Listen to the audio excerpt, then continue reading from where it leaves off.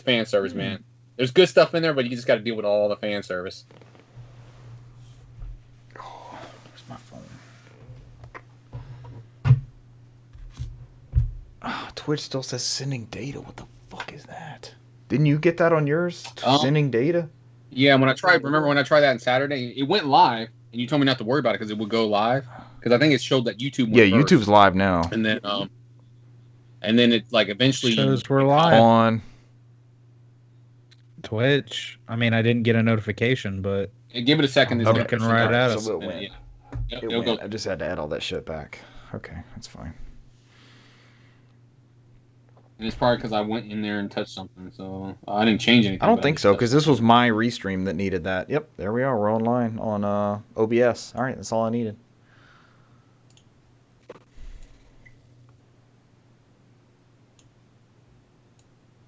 Cesar, did you start snapping in your different things, like the chat and all that? I did the bare minimums not yet. I've gone that. You are closer than you have ever been. I'm very proud. I'm not going to knock any progress that is made. I mean, you're talking to the man with an insanely amount of. No, you still got me beat on Xbox Ones.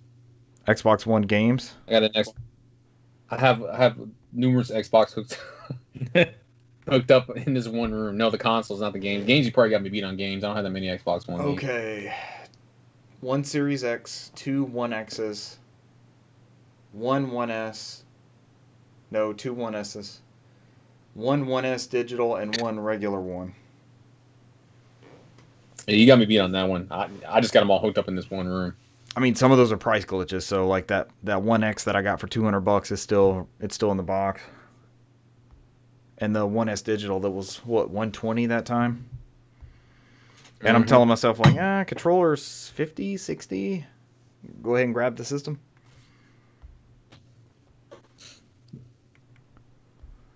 All right, we have 2 people. I'm assuming. Yes, we do. I'm not one of the 2. Maybe. Proof of life. I'm not one of the 2. Rand, you gotta do proof of life. You're dead unless you do proof of life. You're an android. Yeah. You gotta sing Suki Day. Like everybody else when that thing I sent Richard. When they're all singing Suki Day. Which one was that? The one with that video where all the tech giants. Oh no! I'm trying Suki to block Day. that from my mind. No, I know what you're talking about now, bitch. Oh god.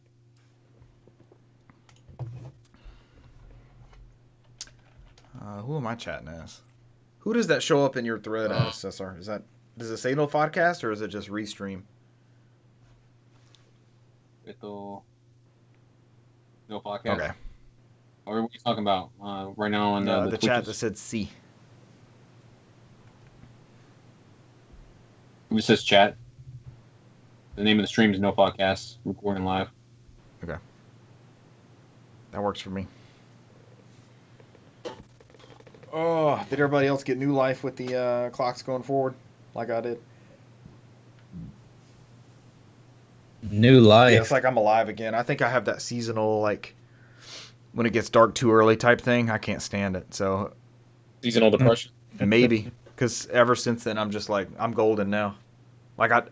No, what happened to me was I was up until 4 a.m. instead of being up till 3 a.m. So that's all that happened. That works.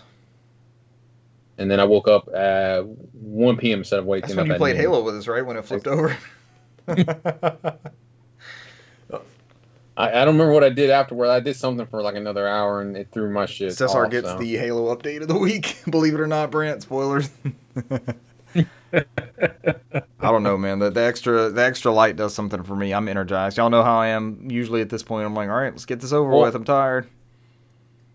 I'm back running outside again, so that's the thing. That'll add to it.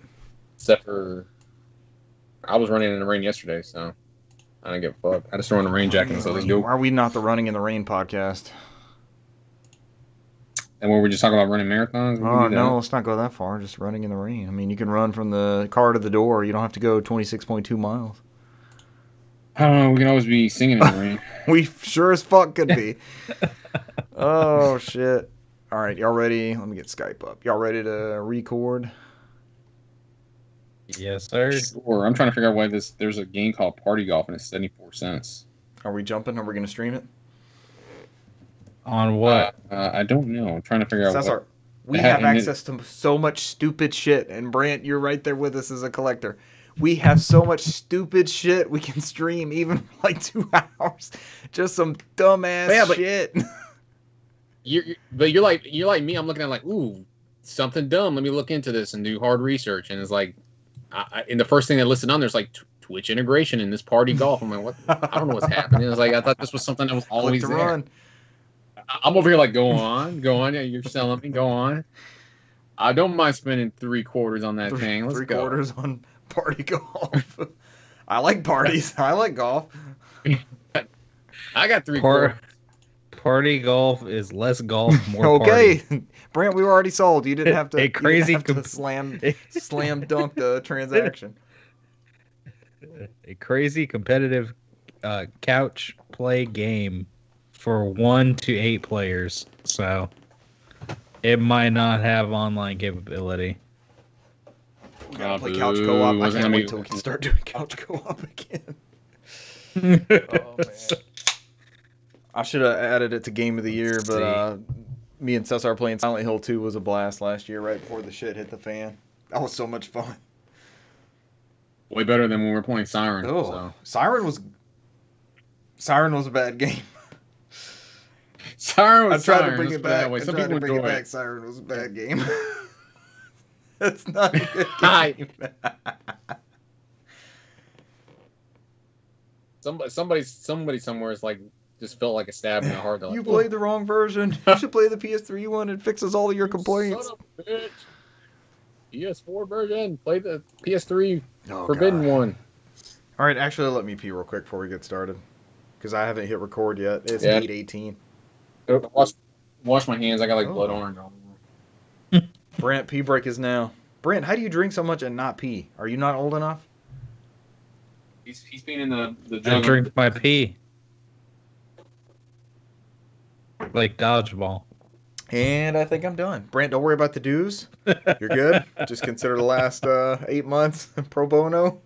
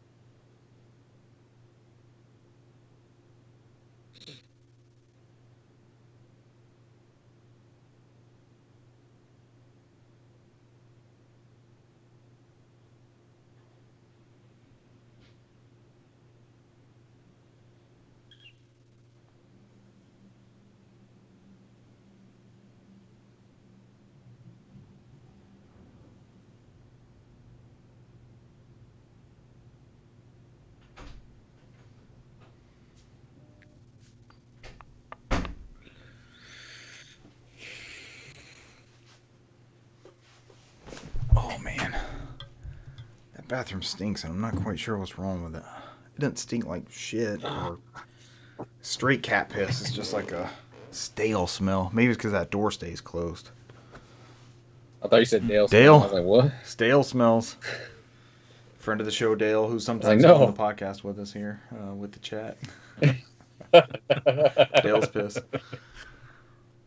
At least we haven't started recording. Oh, I don't know if I should add this. All right, Cesar, you tell me whether to put this in pre-show or not. I'm just gonna say 4 words. You ready? Lion King Waffle House. Do I put that in the pre-show or do I work that into the episode show somewhere? Oh God. Do you remember the Lion King Waffle House? I do remember the Lion King Waffle House. Okay, there's got to be a good story there. All right. I don't know if it's a good story. It's pretty. We'll probably be banned for life from Waffle House since we Just that found it. one. Just that one, but I haven't. Actually, that's the one closest to our job, Brent. The Mount Zion one. Yeah, I haven't been in a Waffle House in like a long time. You haven't been into one? I've not been in a restaurant over a year. I mean, I picked up So- Waffle House, but I didn't sit down and eat there. I mean, everything has been either delivered to me or delivered to me outside of said establishment. So That's me. That's my account. Okay. All right. I just wanted to see. All right. So do we start recording and at least record that, and then I'll cut it to the end of the episode? Does that work? Is that the best option? that's fine. All right. I don't want to have that up. I need OBS up. All right. All right. I got the right view now. We're good. Y'all ready? Hi. See, All right, we're recording, but as part of the pre-show-ish, I guess I have to go into the story of the Lion King Waffle House. So somebody brought this Yeah. up. The context was like cleanliness in a Waffle House, and they were like, I mean, we all know, we're all from the South. Cesar's from Germany. We all know that... I spent time there. I spent time in West You say Germany. spent Get it time right. like you were incarcerated. Hey, I was in Western Germany. I was in West Germany. I was Most people can't prisoner say of the that. commies. So the context was the cleanliness of a Waffle House, right? So you know your cup's gonna have like a little bit of waffle floating in it with the coffee, and it might have a little lipstick on it, and your fork's gonna have a little bit of leftover from the previous meal. So it just is what it is. And this person, Many times, Richard's like, I need another fork. Can I get another this fork? ain't gonna fly. I gotta wipe this bad boy off. So the context, what was said was regarding the cleanliness of a Waffle House, and then I just absentmindedly, like, this was nobody who knew the story. I was like, at least it wasn't the Lion King Waffle House. And they're looking at me like, what the fuck are you talking about? So I know I've told this story on the podcast before, but so the EV games that I was running at the time, we had a Wii console set up, like a display thing, well before the console launch, probably a week before that. I think it was a Friday launch. And so one night after closing, I had a friend of the show, Russell, came up there, and Cesar came up there, and we played every launch title. We opened up every single game: Super Monkey Ball, Zelda, Splinter Cell, Red Steel. We went through Rayman. We tried everything. Rayman was a surprise. Yeah, Rayman struck us like, okay, there we go. But after that, we went to the Waffle House that was right down the street, which is Brant, the one close proximity to us. So we're sitting there, and we're on that side where you can look over to, like, you look over to your left. I was on the left side. I distinctly remember this. And you see, like, the bar with the coffee mugs and the coffee stacked up and the orange juice and stuff like that. And Cesar and my brother were on the other side. And I think they saw a roach at the bottom. Like, he's just sitting on the floor, like, with his arms up like this. And then, as we're all focused on this, like, oh, God, look at that. You see that down there? Guys, look at this. Like, we're all focused on this thing. From the top of the counter, one of them comes sprinting out. Like, this roach just comes flying across and, like, looks over the edge. And then Cesar goes, Mufasa! the long live the king. And then the roach just turned around. It's like it just had to confirm that Mufasa was dead. It just turned around. You killed Mufasa. Run away and never come back. Oh, shit. And so from henceforth, and that's been, what was that, 2005? 15 years? 15 and a half years later. That's been the Lion King Waffle House. Should print out a certificate and hand it to them so they'll hang it up. So on November 12th, 2005, we deemed this the Lion King Waffle House. Long live the king. All right, let's actually get down to business now that I've wasted 4 minutes of bullshit. Pull up news. no, man, that's what you call content. That's what we're here for. If you want us to edit Google Maps and put the Lion King Waffle House on there, we can make it happen. If you would like us to go travel around the United States and visit other Waffle Houses to find the new Lion King Waffle House, Or then please Or- contribute to our Or Patreon. do we apply a Disney film to each different Waffle House and go through the entire catalog of not just animated films, but live action and mixed animation and live action films? We can. I'm looking forward to the Rocketeer one. Would it have to be a roach, like a flying roach? They do that, don't they? Would that be the Rocketeer Waffle House? Probably.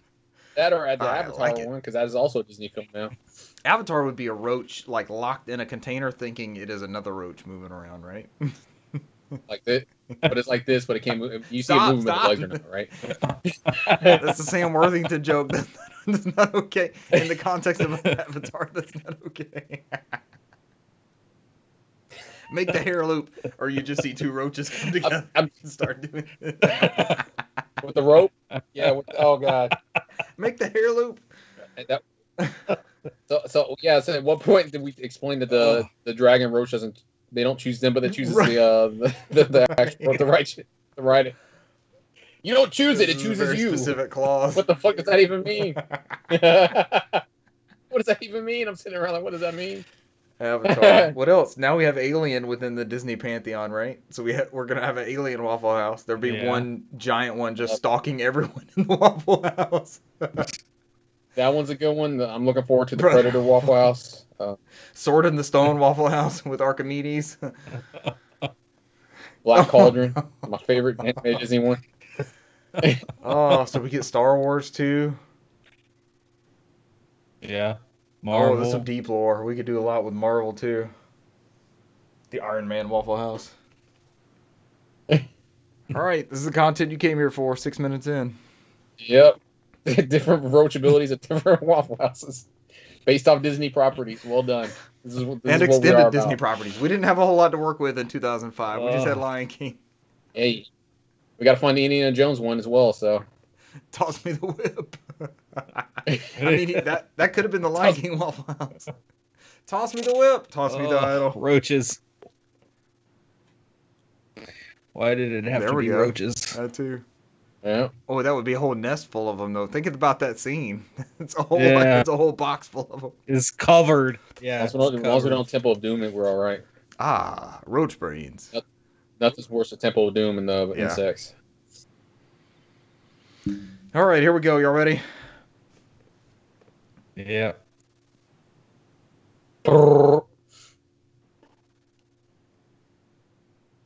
Ladies and gentlemen, welcome to episode 151 of the NOFODcast. We are No Outside Food or Drink, the Southeast premier video game podcast, and we're upping our dues this week to keep bringing you content for another year. Tonight, we have a whole Game Pass segment. A whole lot of Game Pass news. I think we could talk Xbox for like 12 hours tonight if we could. The new studio that will be working on new Sony IPs. Who could that be? Is it someone who recently left Stadia? Seems like a quick turnaround to me. Fortnite's new season brings more crossovers, and DriftCons, notes Newsmaster Brant. Super Bomberman R Online coming to other platforms, leaving their exclusive deal with Jade Raymond's platform of choice. And you're getting more free games starting next week from Sony. I'm Richard Bergman, joined tonight by Newsmaster, of course, Brant McKee. Bring in that freemium content for everybody listening and the costly content for you're people paying involved. for it this year. It's not freemium anymore. Brant's like, Oh, can I yeah. go back to being a It's listener? not freemium for me. I've bought in, baby. Well, Brand will upgrade you to listener. What was he before? Contributor. Streamer. Streamer's lower than listener. Stream. And that other voice you heard is Cesar Concepcion the second, CMC2 himself. Otsu Karasama Desu. Oh, he's here. He tried streaming on Saturday along with my help, and I probably screwed him more than helped him. No, we figured it out. You got there after I bailed. Remember, Tensai. We actually tried doing some streaming Saturday. You may have seen some go live notifications. We were trying to play Halo Uno for a minute, right? And then you launched into Halo Reach by yourself. So Cesar's setting up his streaming setup to bring you content 6 nights a week, I think is what he agreed to. So Brant, what would you like to... Moving on. The original plan was 12 hours. 12 hours a so week? 12 hours a day. That is Yeah. fine. I will take that. Wow. Brant, just pay your dues. You don't have to stream anymore. Yep. It's just me beating the game every day. Brant, do you want to do the same thing upcoming? I don't know what your timetable looks like. Do you want to give it a shot and try to hook your stuff up and see what we get? Throw something at the wall? Yeah, eventually I gotta get everything set up and ready, but I definitely want to give it a shot. So no rush. We all have a lot on our plates at any given time, and we just paid the 4th SoundCloud subscription. So this has been going for quite some time. You're not gonna be pressed for service right off the rip. We're a slow burn podcast, I guess. Yep. All right, you ready to jump straight into news? You. Who wants to take this first bit of Game Pass news? We had quite a lot. This comes from Gematsu. 20 Bethesda Softworks titles were added on March 12th. This includes, let's go down the list. This is quite an impressive list, and I have downloaded 2 of these so far. Because Digital Foundry said that Prey and Dishonored run like never before. So you have Dishonored Definitive Edition. I'm not going to read the platforms they're on because they're almost all console, PC, and cloud, just about. Dishonored. Yeah, because they were all. Dishonored Definitive Edition. Dishonored 2. And Dishonored Definitive Edition comes with all the DLC.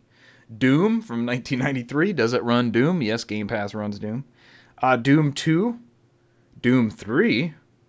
Not VR included. Doom 64, which friend of the show Jeremy's already playing on my recommendation. Doom Eternal. The Elder Scrolls 3 Morrowind. The Elder Scrolls 4 Oblivion. The Elder Scrolls 5 Skyrim Special Edition. The Elder Scrolls Online, The Evil Within, Fallout 4, Fallout 76, Fallout New Vegas, Prey, Rage 2, Wolfenstein New Order, Wolfenstein The Old Blood, and Wolfenstein Youngblood. All available on Xbox Game Pass shortly after an Xbox Roundtable presentation. That was really cool. Did you guys watch this at all? Didn't watch it? No, I didn't. I caught snippets of it. You had Phil Spencer, you had Aaron Greenberg, and you had, was it Pete Hines from Bethesda? You had a couple people just sitting around, socially distanced, but they were discussing Bethesda and the integration with Game Pass and such. And I think an interesting tidbit out of that was Phil Spencer saying that they're going to push for content first for Game Pass. That was the motivation behind it. But they did not rule out big parties for other platforms. So that's not like out of the weeds, you know, or out of reason, whatever the term is. Mm-hmm. No, and I think it's what I've always said is like, I mean, this is their selling point to get Game Pass on other consoles. So you want those games, that's what they were. But just like MLB kind of played the card with MLB The Show, I believe, with Sony. You know, Sony's going to pick up good sales figures by having that title on Xbox. It's not going to hurt them per se. So you're going to have this effect with these Xbox titles, I believe, too, where you're going to have, Cuphead's out on everything now, right? So you're going to have an increased, it doesn't make sense with, you know, say an Elder Scrolls 6. It may be a new IP that they do, but an Elder Scrolls 6, they're not going to cannibalize those sales on PS5, I don't think. Unless I just read this totally wrong and you guys disagree. No, that's not what it. Not what it's going to play like. best, like Cesar has mentioned before. It's going to play best and be first DLC or whatever it is on Xbox and PC, but it's going to come to these other things eventually as well. Now, what was it? This is what I think Phil Spencer said. The words. Hey man, keyboard ASMR. Well, Cesar's looking that up. They did also announce that a handful of these titles. I believe it was Dishonored Definitive, Prey,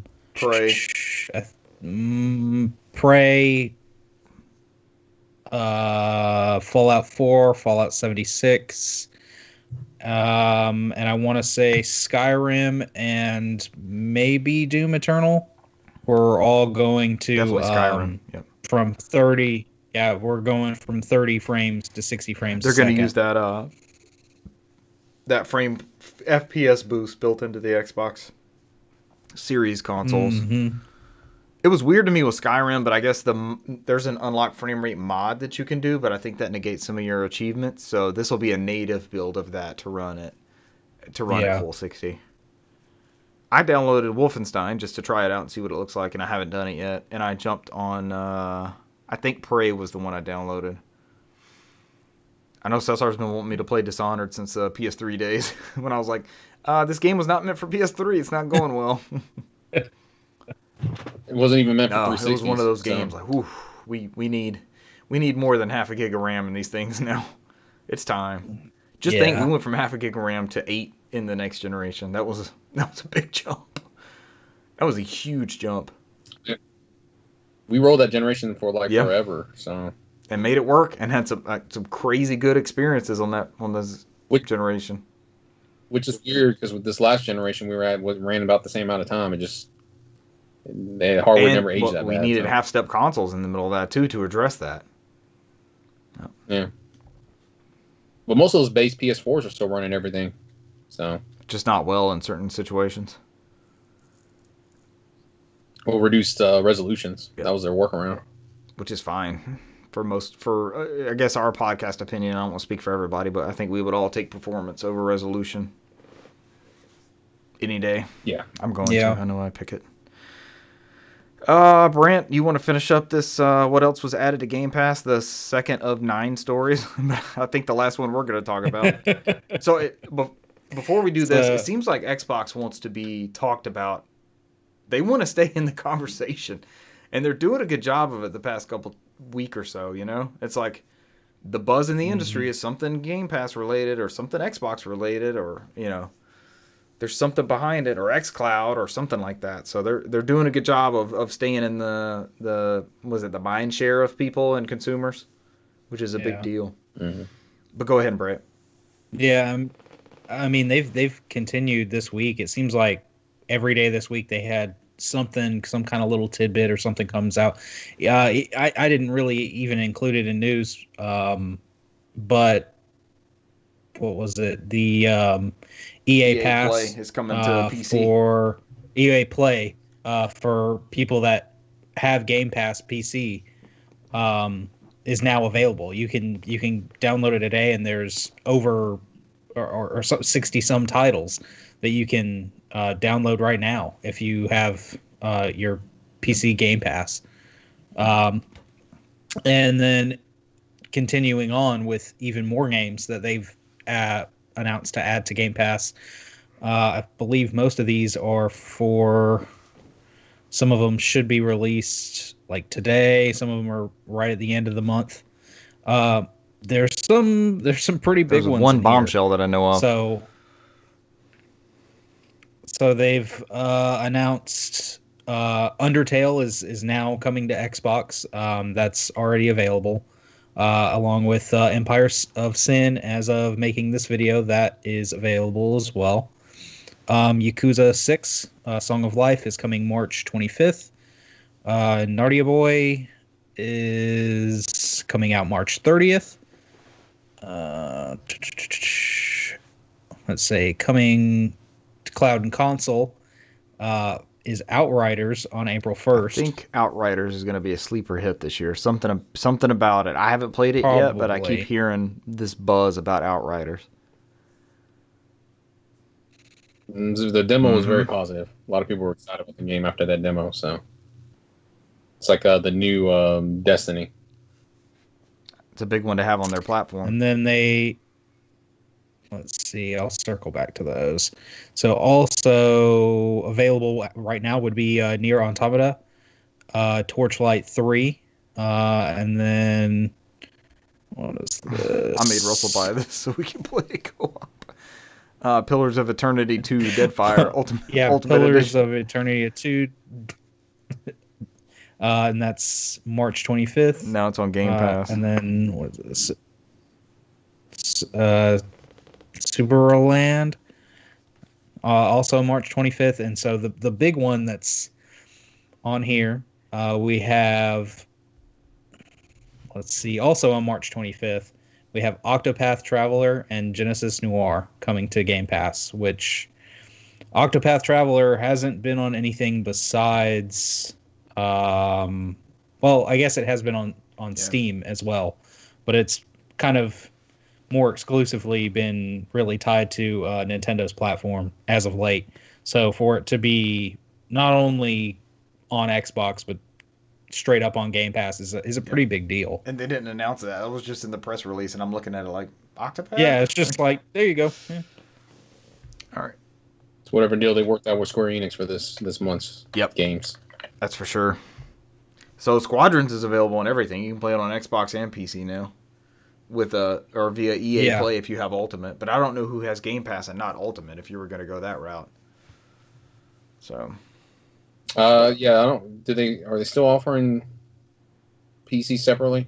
I couldn't remember if they said they were just combining. I think so, because you have your normal just PC gamers, and they advertise it as Xbox or Game Pass for PC. I meant, even I'm tripping over it.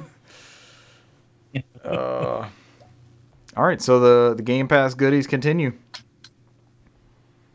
So sorry, you want to take this one, Jade Raymond? She's giving us an update on her Stadia project. I prefer not to. Yeah, outside of that, I mean, all it is from Jimatsu, from Sal Romano, is after her gig with Stadia, Jade Raymond established a new Haven Studios, which is in her hometown of Montreal. This one is being backed by Sony Interactive Entertainment, which is similar to the deal that Kojima did, where they don't own the studio, but they're just funding them to make their first game, basically. And then it just goes into the spill. I think, what was it, Herman Hell said, Sony Interactive in her future. We understand the challenges and rewards of building creative teams from the ground up, as does Jade, with her wealth of experience helming many of gaming's biggest franchises. We're confident and excited for the future of Haven Studios and its first project currently in development. Outside of that, I mean, Jade Raymond, she's usually known as one of the developers for Assassin's Creed. I think that's one of the bigger ones. She worked on Beyond Good and Evil, right, back in the day? Yeah. Yeah. But she's kind of bounced around, almost like a Amy Hennig situation, where some of these projects just haven't seen the light of day, and maybe that's because these announcements are so early that, you know, a normal developer will start something and cancel it along the way, and we don't ever hear about it. But when a high-profile name like this moves around, you know, it's something that sticks like that. So, but this is the first one where she established her own studio, I believe, because I mean, all the other one was something within Stadia. The other one was something within EA, which was EA Motive. Yeah. This is the first time she's actually established her own studio, so they're just getting the funding from Sony to make their first game. So Haven Studios, they got a logo and everything, so hopefully we see something from them in the next maybe a preview in 2 years possibly, and then something in something playable in 3 or 4 years on our PS5 Pros on VR. We'll see.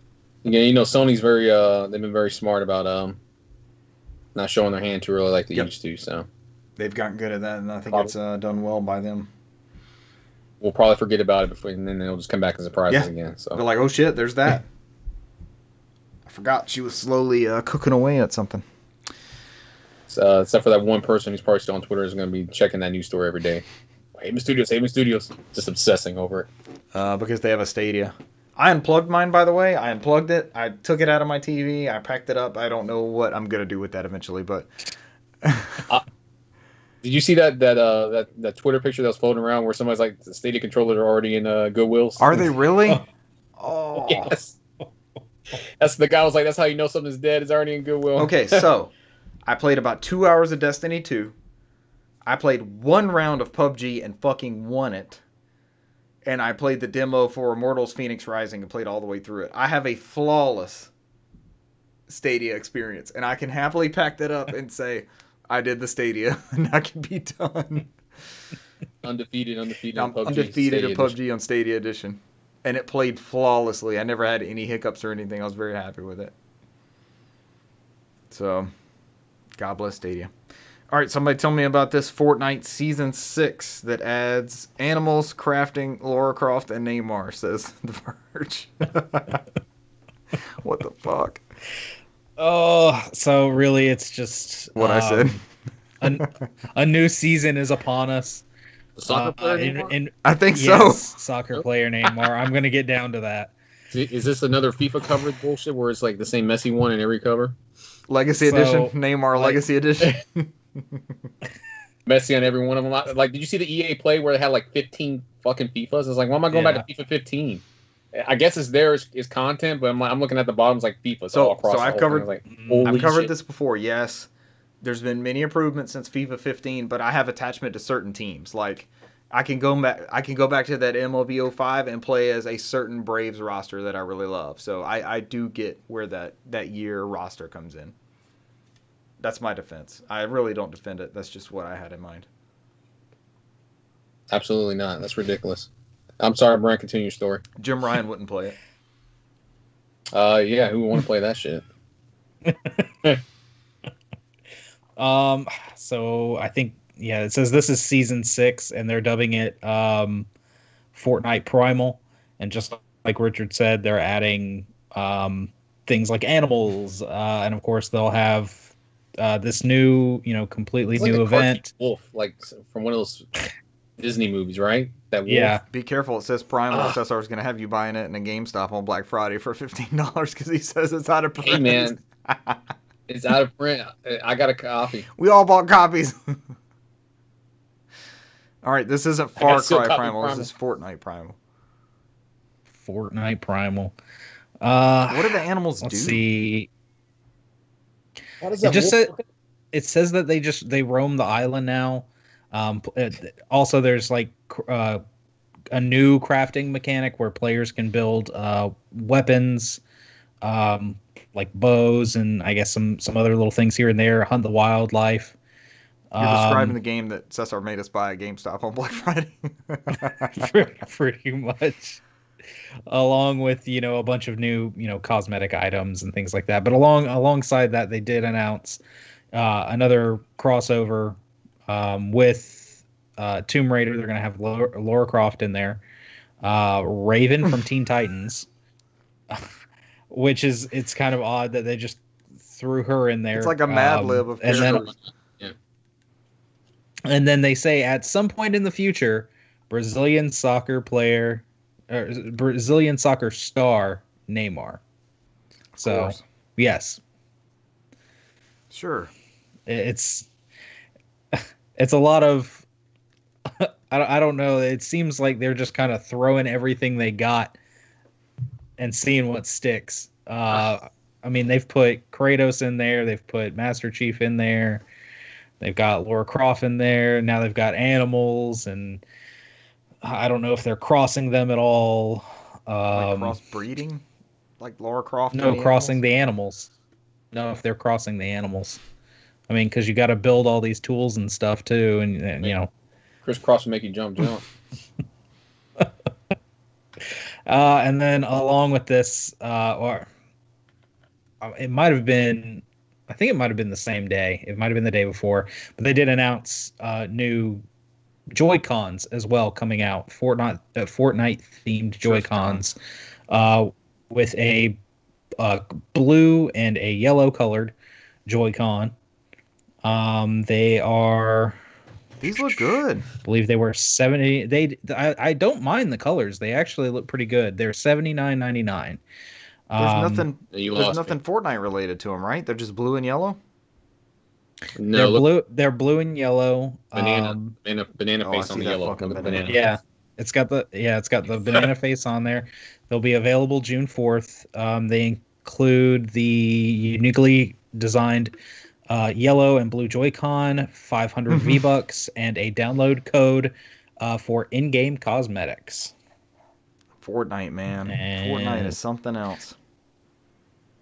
And you can play them for, I don't know, maybe 6 months, and then you'll have Drift. Yeah. I don't have any yet that have Drift. Knock on wood. I haven't really experienced any. I've had to fix a couple Joy-Cons for some people I know.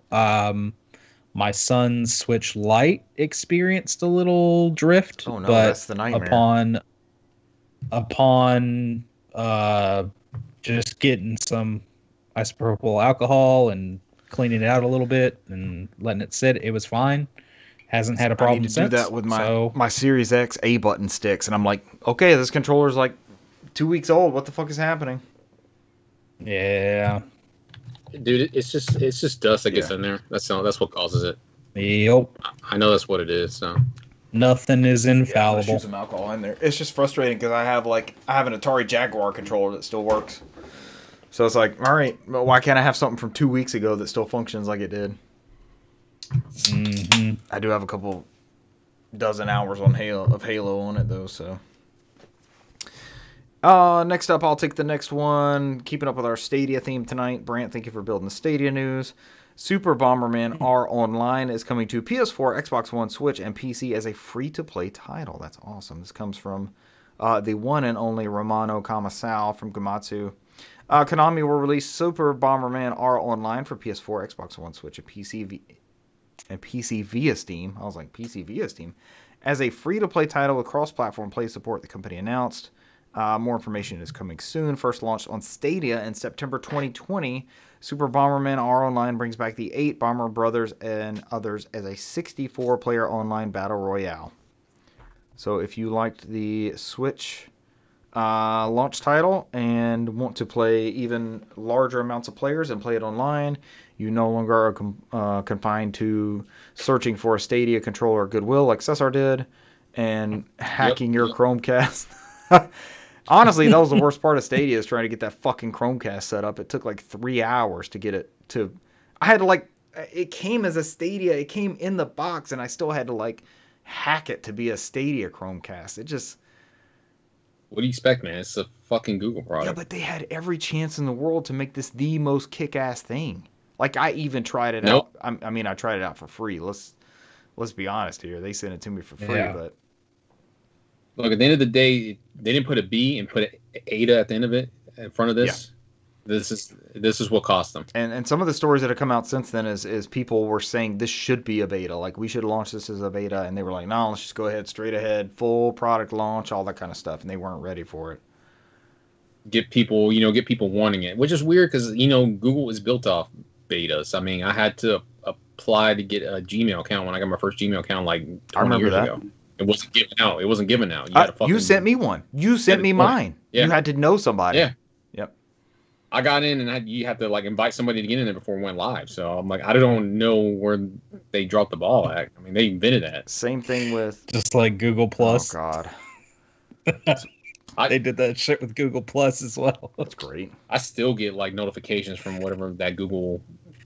Is it Google Plus, which was their share, their Facebook thing or whatever? Yeah, it was their attempt to be a social network. I used to get notifications still from last year, hey, this page is kind of dead. I was like, yeah, you killed it. Why are you sending me emails about it? I'm like, who didn't turn off notifications on this thing? So I'm like, who uses this?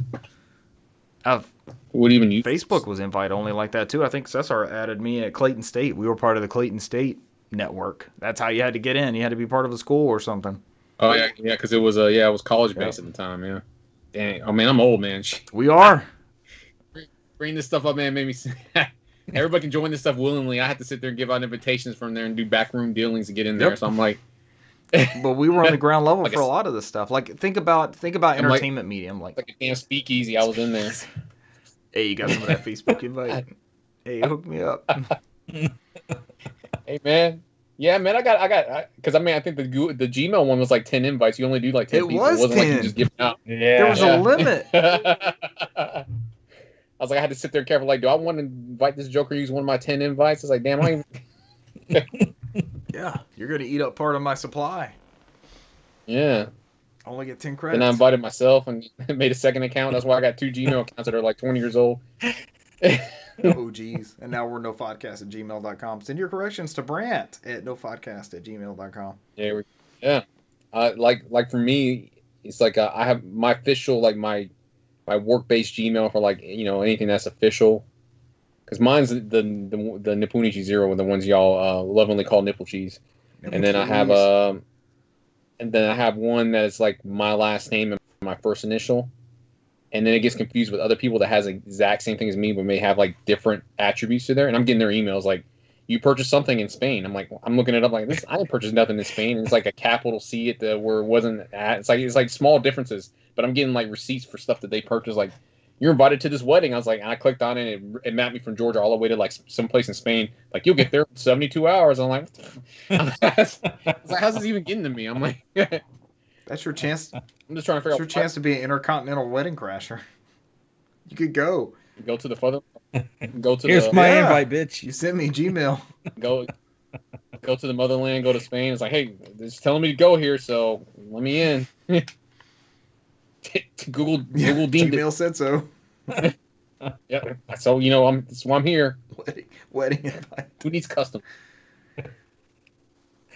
Oh, only the internet. What an age we live in.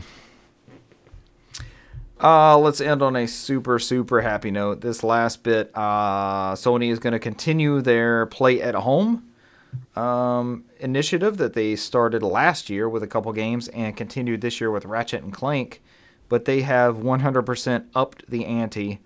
This is from March 25th to April 22nd, and these are some damn good games. I think the average Metacritic was like 86 or something on these games. So, I mean, we've gotten some of these with PlayStation Plus, but these are going to be available for everyone. No PlayStation Plus required. Some of them will require PlayStation VR, but that may sell them a couple VRs here and there. Actually, and just a note, if you gotten this from PlayStation Plus, go back and re-download these because the PlayStation Plus ones are only as good as if you have the subscription. These ones you keep forever. Go ahead and get these licenses. These games are, of course, Res Infinite, which will have the VR adaptation included. I didn't see that anywhere in the article. It's optional, but it's not required. So it's built into the game. Res Infinite, incredible game. Abzu, The Witness, Enter the Gungeon, Subnautica, and then here's your PlayStation VR titles. Moss, which I'm very excited to get. I do not own this yet. Astrobot, Rescue Mission, one of Brant's games of the year last year. Was that Brant's game of the year last year? It was up there. It was in there, but it actually might have been. I think it was your number one. I remember it being the last thing that you talked about. That's a damn good game. It was so good. You got to play it. It's you got up to on play my it. list. Paper Beast, which doesn't seem that old to me. Paper Beast. I'm sorry, that's not plural. It's singular.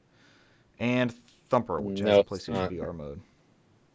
All I remember from Paper Beast is that the guy who created Another World created Paper Beast, and it scared me from playing that game because I can never get past the second scene. The monster running after you? Another World. Same. Yeah, I don't know what to do. What do you do? I get the 2D animation of it just jump, like the little slime thing just biting my foot, and then it's me dropping over, dying instantly. I don't get it.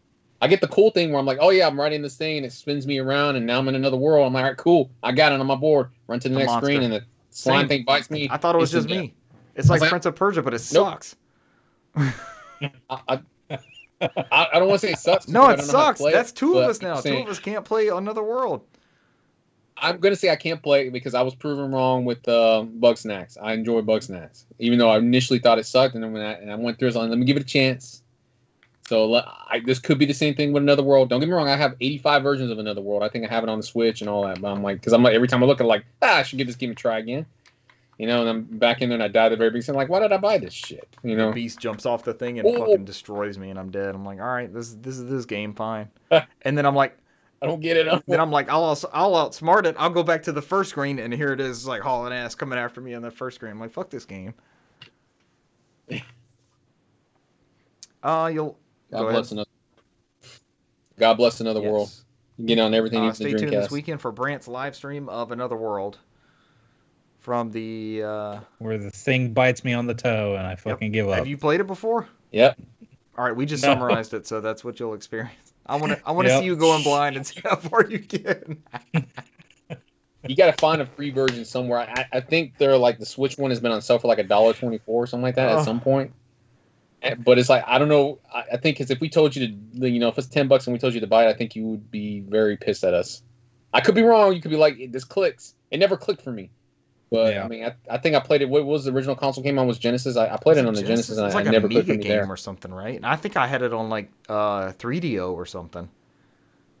I think the first time I played it was Genesis. I think that was when first time I played it, and then I hated. I'm not saying I hated it. I sucked at it then. Brent. And I played it every. Brent, it's one of those like Prince of Persia or Flashback or something like that. Or Oddworld, maybe. Maybe Oddworld made it a little bit more loose than this. But it's a 2D platformer with extreme consequences right off the rip. Oh. Do. Another big piece of news is that you'll be able to get Horizon Zero Dawn Complete Edition from April 19th to May 14th. So that'll be the next stretch after all of these games, which in of itself is an incredible game. I don't think I have a digital copy of this, so that'll be awesome. Wait, does it come with... It doesn't come with our PS5 games, does it? So if you have a PS5, definitely download this title, because it does not come with the instant collection. It's not on there. Another good one. Is that all of our news for now? That's Until it. next week? Finally, yes. No more news for an hour and 48 minutes. We did it this week. This was a 40-minute Stop news the record section. And now, for your weekly Halo update, brought to you by not me, Cesar. I still brought by you. I was just a passenger on the train. You came on board and played Halo. some Action Sack with us. And ride it. Come on the train. Then there's that. Sorry. Did you have a good time playing Action Sack? We have this conversation every time I join, and it's always, yeah, it was fun until muskets or whatever that bull Esmo that it's not fun. All shotguns. So like that one was fine. I think the one that aggravated me was the one where it was a Fiesta, where you have constantly rotating weapons. and it was but it constantly rotated me dumb weapons that I'm not good at, and it's like I never got the rockets. And I'm like, I just don't know. It's just me dropping down. I mean, it was like, for that whole night, it was like, at least it wasn't me complaining, because normally I'm complaining at some point. I don't remember complaining that often. I was like, Okay, so here's how my night went. That and the stupid lasers, man. I hate lasers. I got my Xbox. I'm leaned back. I'm like, Cesar's in here. He's just going to join the party. We'll see how he does. And then Cesar's above me at the end of the match. And I'm like, we gotta focus. I spend way too much time playing this game to have Cesar finish in front of me. Well, what was funny is like when we started it, you had, I was still messing around with the Elgato, and I think when I joined you guys, I was on PC. Right. And for whatever reason, I could hear you guys, but you couldn't hear me, so I plugged in the headset, and that's when I told you what I was missing, and I accidentally typed in Halo 23 instead of Halo 3. 23, that was great. Y'all gave me hell on that one. You're like, we're waiting for the next Halo to come out, and you're already waiting for 23. We just want Infinite. You're already jumping ahead to 23. I was like, it's on the keyboard, man. I hit 2 on accident. Because I think when I tried to join, it's like, you don't have Halo 3, and it kicked me out immediately when you guys started. I was like, okay. And then I jumped on the Series X needed a 10 gig update, and I was like, oh, and then I jumped on the Series S one over here, and I was like, all right, and then we just played on the Series S. I remember I updated on the Series S before, so now it's updated in all my everything. I can play Halo on everything now. Ready. 3 different TVs if I wanted to. It could just be me in a room playing against myself. That might help with achievements. So, but yeah. Outside of that, man, just like you said, I mean, I just played y'all's rotation is your thing. So, but like my point of view on this, it's enjoyable. So it's fine. Fun with the bad shit. Even when it sucks. And you got to do a Hellbringers on Chillron, which was like that's our favorite mode, our favorite map. Yeah, is that the one where you all doing like totem and just stacking up on each other? And then, like you kept asking me to do that. I was like, no, I ain't doing that. We're just gonna all die together. I stayed away from that. Jump on there, finish the totem. I'm like, no, I'm not gonna do that. We're all gonna die. And then you all died. I was like, I'm so trying to survive. Brant, what we do is if we're holding a room and the enemy team is trying to take the room, we're all stacked up on each other in a corner. Like we stack up on each other. That's all I heard. Get on the totem pole. Get the top. I'm like, what is happening? No, so we're all gonna die. They figure out where we are, right? So then we switch to another corner. We do the same thing, and we see them come through a portal. And they're like looking in the wrong corner. We just lay into them, and then we've had a couple rounds where they start doing it. It's like, oh shit, the totem defense. Yeah. Oh man, Halo's greatness. I don't have a lot to add on to the usual Halo stuff. Russell and I, we started diving into... So there's like... Master Chief Collection does challenges. So they have seasonal stuff, which I guess like Fortnite and all this stuff started. But they have seasonal challenges. They have weekly. And the weekly will include like complete certain campaign missions and do certain PvE missions and PvP and certain things like that. So one of the things we found on PvP, and I've got probably 1,000 hours minimum in Master Chief Collection at this point, and there are some hardcore original Halo 2-on-2 that you can play. So this is no radar, first to 50. The Crucible, they call it. Basically, that's what the Bungie version of that is. But it's 2v2. You start off with the assault rifle and the pistol, and it's the first to 50. And we had to win 2 of them to get this seasonal unlock or whatever it was. It was just XP and like we call them Halo bucks. It's just what you can use to spend for cosmetics. And we got the version of V-Bucks. And we got the first one immediately. And then we went 0-3 on the next ones. And they were always super competitive. So it was like 50 to 49 or 50 to 48. So it was always competitive, but it's just like, damn it, we're so close, me and Russell, and we just can't crack it. We also saw one that was, they'll have weird conditions, like, and this is the fun part, because we've all beat the Halo campaigns. I think Cesar and I played through Halo 1 through 4 together, even though he didn't beat Halo 1. And I never beat one. I'll never beat it. We're going to beat it on the stream. I'm going to be Halo Reach. I'll be Halo 2, be Halo 3, be Halo 4, be Halo 5, and then I'll be like, I'm never going to be Halo 1. That's always going to be my my Hall of Fame. That's your I've true never Halo done. Infinite is never beat this. When I pass on to the afterlife, it's going to show my achievements in gaming, and that's going to be that one video, just me watching that one video again where I died at the end from the grenade, and I fully never beat Halo 1 and never knew that joy. That's fine. Halo At 1. least it's not you trying to pass over to the afterlife and then blowing up before you can cross over. Like your Halo 1 ending. But one of... Here, dude, watch this. Watch your Halo highlights. I was like, I'd rather not. I guess that's what happens when I pass on. It's like Halo you have to do this highlights. for an eternity. No, I'm in hell. I didn't make it. Hey, at least your hell is just playing Double Dragon with me. So you just come in the room I'm in there. It's like, yeah, the other controller. No. Bitch. It's option B. Yeah, he's like, why is there no option A? Why is there only B on this? Or what if I go first? What if I go first and then I'm stuck in the Nintendo waiting for you? And then it's like, I don't know what's happening. And then you show up and I'm like, fuck. If I go first, it's Double Dragon. If you go first, it's another world, and it's just me watching you die at the same point I die at. Wait, how come your hell is a game you enjoy and my hell is both games I hate? Why do you get a more favorable hell? I enjoy me some Double Dragon. I'm not playing. All right, Brant, what's your gaming hell? You've not made it. You got a grenade thrown on you as you cross over, so now you're in hell. What are you having to play? Oh my gosh. Oh, my gaming hell. I mean, as Brent thinks about it, I don't think of, when have I negatively said anything on the show? Cesar, I'm giving you a hell. You ready? You cross over, yes. And I'm there, and I hand you a 64 controller, and you're like, okay, that's not so bad. And you fire up the 64, and it's the Banjo-Kazooie trivia game.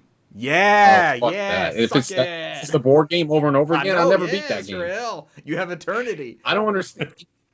I'm sitting here like doing roulette things on Google trying to figure out how to cheat my way. I never beat that game because of that fucking board game. That was bullshit.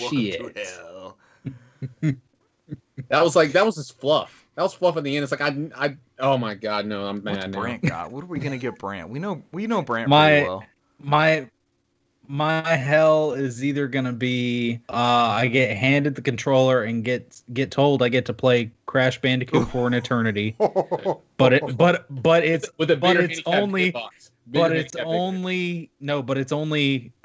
about Crash 4. It's about time for all time.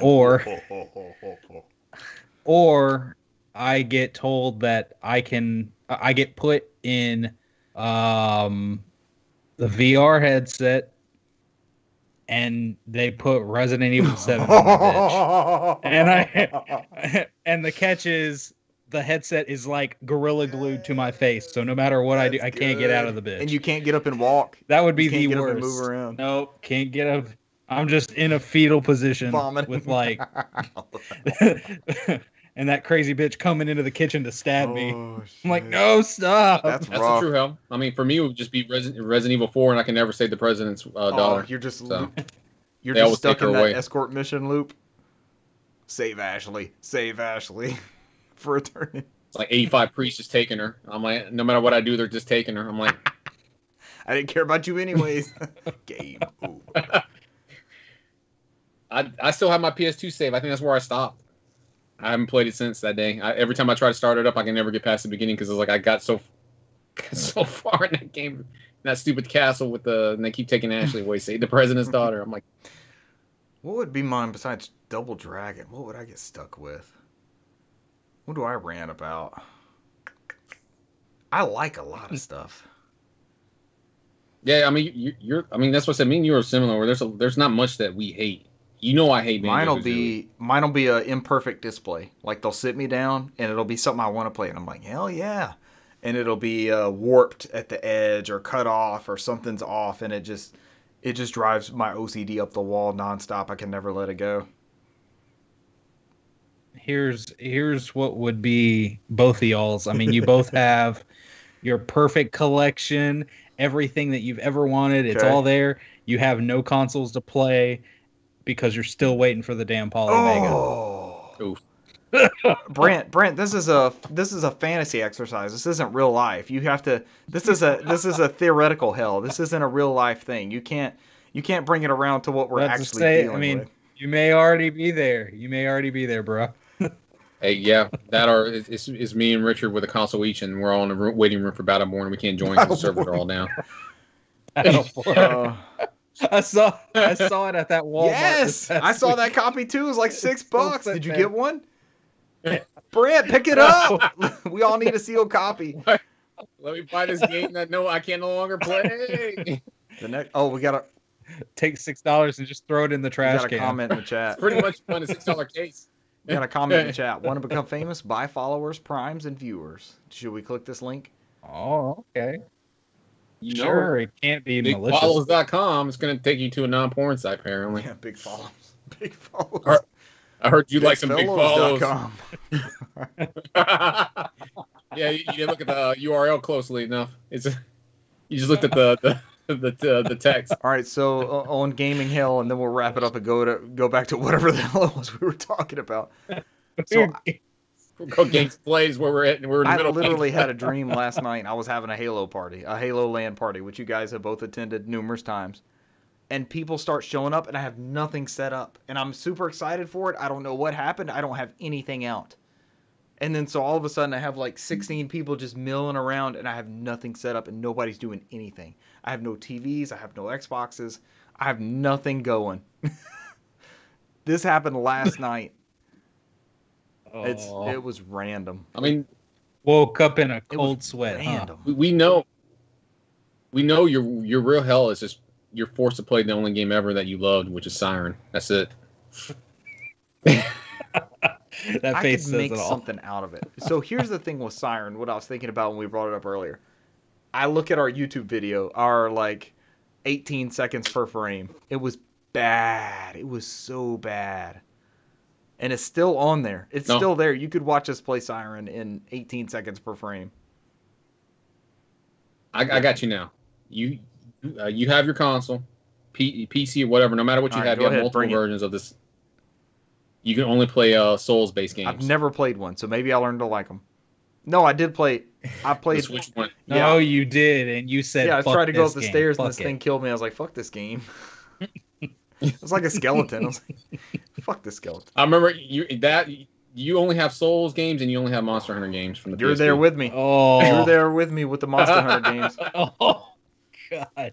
I remember you playing the Souls demo on Switch, and you're like, you're just making fun of just look. I'm just swinging around. I'm not doing anything. Just like swing attacking. And then you got up to the one guy and you just died instantly. Like I don't get it. Uninstall. I did the unfriend, unfollow, mute, unsubscribe. It's like the trifecta. It's like it's like somebody just took another world and just remade it in 3D and just gave it to you. That's what the Souls games are. Okay, since we're sharing hell, Cesar, when we get to leave Double Dragon, which was my hell, then we both get Monster Hunter on PSP. And we're just sitting there cooking stuff around the fire. Like, what are we doing? We had this conversation. I have 85 versions of Monster Hunter, and I still haven't figured out how to play this game. Every time it comes out a new one, it's like, oh, I'll try it again. I know the Switch one's coming out later this month. I'm gonna have it. It's gonna be like, oh, maybe I should try this again after an hour. It's like, what did I buy this for? But put it on the shelf. Monster Hunter Resay. What else did I play besides Halo with Cesar? I did the new hardcore, or the newly found hardcore mode. I played a few more maps on Need for Speed Hot Pursuit Remastered. That is now $20 digital, and I've mentioned this before. Like, I would almost pay to have this just where I could take the disc out and I just have this game on my PS5 all the time. It's just so much fun to just fire up that game and just play like one or two challenges and then dip out and do something else. It's not even a drip feed. Every challenge, no matter what medal you get, it seems like you're unlocking a car, or you're unlocking the next map, or you're unlocking the next challenge. And it's never the same thing. Like, one time I get a new car, and it may be like a Lamborghini, or it may be a new cop car. It's a new Porsche 911 cop car that they need me to deliver. So I have to get it from start point A to point B without like running into guardrails and stuff. That'll damage the car and hurt my score. And then the very next round, I'm trying to avoid the cops. And the very next round, it's just a regular street race. And it's just, man, it's just nonstop Need for Speed Hot Pursuit Remastered. It's always something different. Nothing old school. No Cat Mario. I talked my family out of playing that because we couldn't handle it this week. You got to gauge when you can handle the Cat Mario challenges. You needed a break. Need to let it air out a little bit, huh? We may not make it together. I may be branching off and trying to beat that one on my own. We're not going to make it with all four of us. I challenge anybody to play that 4-player. It's something else. I had a hard enough time doing single player and I beat it, so I don't count. Struggled with 3. 4 is. But before you finish, are we all buying digital copies of the Mario 3D All Stars before he dies forever? I need a digital copy. I've got 2 carts. I've got a sealed cart. I don't know, man. I was thinking about getting a sealed cart. I got a sealed cart too, but I was like, I might just get the digital copy since it seems like maybe Nintendo might have figured out what to do with digital stuff now. On that note, you have that leaving, and you have the Game & Watch also, right? And we all have one. I have a European spare, but I have seen those everywhere. So I'm wondering. I'm waiting until the end of the month to see if those start going crazy because I know there's a whole freaking shit ton of them. So y'all keep me posted on that one. Did I play anything else? I feel like I downloaded a couple of those Game Pass things, but any of my free time's been Halo and Need for Speed. So Need for Speed, I should have noted, it got a PS5 and Xbox Series X update, and I can't really tell that much of a difference because I'm playing on OLED, and it almost seems like that kind of offsets whatever I might have seen before. Because it still looks amazing. And I was playing on PS4 Pro and it looked incredible. So I don't really notice any major difference. It's still that great running game that it always has been. It doesn't seem like it's 120 frames per second or anything. I don't think that was included in it. But Hot Pursuit, man, that's a good fucking game. I want to play it now. It has filled a need for me for like any type racing game. Like there's nothing I really want to buy. I may get Gran Turismo just to see how it looks or see if we get a prologue or a demo or something like that. I definitely want to try it out. But I know if I'm going to be playing a racing game, it's going to be an arcade racer like this. And Hot Pursuit is just awesome. So yeah, like the Horizons of the Dirts. So neither one of those has hit me. Like I downloaded Dirt 5 for Game Pass, and nothing about that makes me want to keep playing it. It doesn't do what Hot Pursuit does, and that's a remaster of a game from 2010 is when that came out, 2011. So, highly, highly recommend. It's $20 right now on PSN. Definitely go get Hot Pursuit, and that is all my games played. Well done, sir. I'm done. Mine's gonna be real short. You played Another World. I played every version of Another World, and I'm now Tensai of the Another World now. Should we just watch a playthrough? I'm starting to lean in that direction. Like, I'll just watch somebody beat this game for 6 hours. I just want to see if I can You can. play it for an hour. I don't even want to beat it. I just want to play for an hour. Not me down at the same point for an hour, but that's what you're insinuating. But no, most of my weekend was like I had built this fancy computer desk for work related reasons. I mean, work is there, but Um, it does both. Let's put it that way. I'm not going to go into it because I don't want to say it's not, but like I have my work computer set up here, and then I have my personal computer, and I have everything set up to KVM switches. So depending on what I'm doing at the time, I just hit the KVM switch, and then everything. I got 3 monitors, the Yeti. I don't know if I mentioned this on the previous podcast. I probably didn't. I did pick up a Series S. I think I sent something to Richard. I sent him a text like I bought it, Target pickup. Let's see what happens, and then they fulfilled the order. I went down there and I said it's gonna be less than 2 hours. You get a confirmation, right? And it's tiny as hell. It's sitting on my desk right here, on my streaming desk, and it's like I got it sitting straight up, and it's awesome. Small, man. Got it right next to my computer, which as I told Richard, I took out the CPU and dropped in the new CPU in there, a faster CPU. I went from my AMD Ryzen 5 to a 7.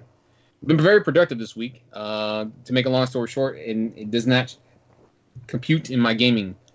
I didn't play that much game. We lost you for a minute. Which you I played on mute for some reason. Saturday night. Outside of that, I think the only thing I've really dabbled in, most of everything I've played, I dabbled in. I think the only thing I've really dabbled in was Persona 5 Royale. But I only got like 3 hours into it. And I do notice that at the very beginning, the extra content, because there's some stuff, I don't know if I was going to remember because it's been 3 years since I played the Persona 5. And I was like, so far everything went along like the way I remembered it. But the very beginning level where they do the tutorial, they introduced a new character already. So I was like, okay, I started recognizing stuff that was. I was wondering what that was because people said, hey, if you've never played it before, just play this one. Don't go back to the original. So I wondered from somebody who had played both what the differences were. Repeat that? I wondered because reviews said, hey, play this one. You definitely want to play the newest one if you've never played any of them. So I always wondered from somebody who had played both, like what the major differences was, if it was worth trying to go through that kind of thing. Yeah, we lost you, Cesar. You're not here. Cesar, we lost you. No, for whatever reason, Skype decided to move my sound to my Yeti Yeti That's what we heard. Microphone. That's what we heard you do at some point, yeah. Yeah, so for whatever reason, I guess when I touched something, it reset the USB or something like that when I was picking stuff up. What I was saying about Persona 5 Royale is I had read that was the definitive way to go. Like, definitely start with this one if you've never played it before. So you noticed a difference right off the introduction. Well, they introduced a new character, and she kind of helps the main character in battle. But you don't know her name, and she's interacted with the main character, but she hasn't interacted with the rest of the team. So it was kind of like it's something that could have happened on the side so far that has not interacted with the main story from the previous game. From what I've read online, the original Persona 5 is the canon one. That's the one that Striker's the one that just came out with. It takes place after the original Persona 5. It does not take place after this Royal. Is that the true edition, canon? Supposedly. Is that like the true sequel? Yes. Yeah, I guess the Royal Edition is just something extra. So I don't know. It's kind of confusing on how they decide these timelines and everything. Yeah, what is it? I thought it was like a director's cut, but then somebody's like, it's a whole new game, and I'm like, okay, whatever. It's like 10 or 15 hours of new content added in there. You get a new character. I'm just not sure how the new character interacts with the team. It just because that at the beginning when the main character's only aware of her and nobody else is aware of her, so. It's like it kind of intrigues you, like, okay, here's your new content. You have to keep playing to find out what the fuck's going on. And so it lets you know right at the beginning so that way you don't lose interest. Like you're like, oh, this plays just like the original. I'm not sure. I mean, the only way you would enjoy it, unless some people enjoy stuff and can play it over and over again without any length of time. But for me, it would probably have to be like, I don't remember this game too well. All right, and I feel like playing it, and I'll fire it up there. I think that's why I didn't play Persona 5 Royale when it came out last year, because the other one was still kind of fresh in my mind. And I'm going through it now, and I'm like, I see some of the changes in there, but now I'm just going back to where it's following the original game. So I imagine there's nothing that's really going to change yet until I meet that new character. So again, because I don't even have their name or how they would interact or how they even meet yet. So that's kind of like the part I'm at. But yeah, I mean that's pretty much it. I mean that's the only thing I really played outside of that Halo with you guys, and Super Donkey Kong Country 2. That we tried. The real version. Yeah, that's it for me this week.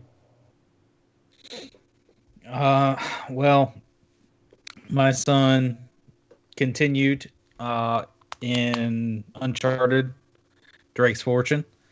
He actually finished it. Oh. Went through what was it? Went through the catacomb area. Came out, I had to loop around, go back to the church. And then eventually, he found the corpse of Mr. Francis Drake.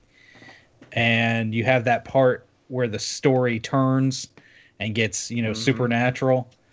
And you have like all those weird creatures, the guys that have been The Nazis. I don't know, possessed or changed by the El Dorado statue. So it was funny because he completely changed when the gameplay changed, and he was like, I don't know about this anymore. Like, dude, it's not that bad. It was very much one of those, I don't know if I signed up for this moments, but he went through it, and there was, I'm trying to remember, there was a couple parts that he struggled with, but really it wasn't too bad on him. Is so good. And we got to it's so good. Yeah. Got to the end, beat Navarro, and then had the happy ending, and I said, okay, Chili peppers. Yes, Dave Navarro. I'm hung up on happy ending. And I asked him, I said, so do you want to take a break? Do you want to play something else, or you just want to get into the next one? He goes, yeah, let's go. I want to play the next one. So I said, all right, this one is it. This is the game right here. It's damn good. So I'm trying not to hype it up too much, but I'm like, this is it. This is it. This is probably between 2 and 4 are my favorite storylines for Uncharted. So, he started getting into this. I said, all right, because it puts you in that train first thing. What a fucking game. I was like, you're going to get used to this train. This train comes up a few times in this game, so just get used to being here. Oh, the train level. He actual train level. Holy shit. He's in for a treat, man. Oh, he comes out, he crawls through, he's going through all the wreckage. He's we're talking about how, it's definitely a lot easier to see where you're supposed to go in this one, because basically if you see yellow, that's where it needs you to go. That's what you're going to climb on. They got out. It's almost like they got out of their own way. They got out of, you need to find the way to go. And it was more of like, oh, we are guiding this experience. You're along for the ride. Enjoy. Have a blast. Pop popcorn with your girlfriend and tell her it's a movie. Kevin Butler. Long live Kevin Butler. Then somebody hands him a Wii remote, and then he loses his job. Bridgestone gave him the Wii remote. Play Mario Kart. That's what it was, right? So we got, let's see, he's going through, we met, Chloe was introduced, as well as, oh gosh, what's his name? The Australian fellow. You're breaking into the museum with him, right? Yeah. I don't remember either. It's going to bother me, but I can't remember his name. Dirtbag screwed him over. Spoilers. Yeah. So yeah, he comes to you as a Cutter. No, it's not Cutter. No, it's not Cutter. Yeah. I'll look it up. Cutter's the English dude. So, he comes to you, tells you he's working for this guy, and they're looking for the treasure. They're basically looking for these lost ships that Marco Polo sailed from. Harry Flynn? Genghis. Yeah. Flynn. There you go. Yeah, Flynn Rider. Yeah. But not Chevy Chase's Flynn, but the other Flynn. Errol Flynn. This is how old I am. People don't understand my references. I just went with Errol Flynn, so mine's way older than yours. Mine's from the 30s. At least mine was what, the late 70s, early 80s, maybe. You weren't even an idea in anybody's head yet. My bad. Neither were our parents. That's our shit. So Oh, the my legend in this one is that Shambhala. Kublai Khan gave Marco Polo several ships to sail back to Italy with, and so he sailed, and on this trip the majority of the ships were lost. It was like 13 ships, and then by the time they reached Italy, they had like 3 ships. So they were looking for the lost ships. They break into this museum, and because Flynn comes with Chloe, and they say, "Hey, we've got this rich crazy guy, and he's got all these journals from Marco Polo, and he's having us investigate this. We're having trouble figuring this out, and we need to break into this place." And they basically come to this agreement like that, Nate was the person for the job, and that we're basically going to find the 3 of them are going to find the ships and kind of dick over the rich guy. So it turns out Flynn has his own plans and just plans to screw you over. You're going to be the scapegoat, and you get basically you get incarcerated